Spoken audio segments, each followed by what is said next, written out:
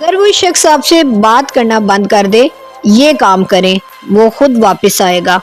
کبھی ایسا ہوتا ہے کہ جس شخص سے ہم پیار کرتے ہیں وہ ہم سے بات کرنا بند کر دیتا ہے، کیونکہ ہمیں عادت ہوتی ہے روز اس سے بات کرنے کی۔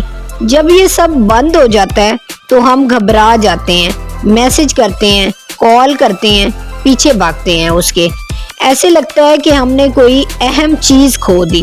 ہر تعلق میں آزمائش ہوتی ہے اور یہی چیز آپ کے صبر کو پھڑکتی ہے۔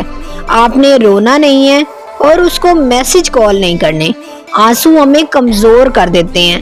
اگر اس شخص کو آپ کی واقعی پرواہ ہوگی تو وہ آپ کو رونے نہیں دے گا، لیکن اگر وہ شخص آپ کو تکلیف دے کر خاموش ہے تو اس کا دل کہیں اور ہے۔ رشتے میں احترام ہونا چاہیے۔ اگر وہ شخص آپ کو اہمیت دیتا ہے تو ضرور آئے گا۔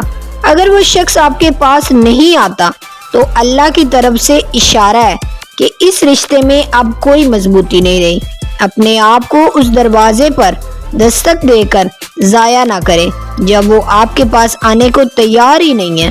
انسان کا دماغ ادھر زیادہ جاتا ہے جو چیز اس سے دور ہو رہی ہو۔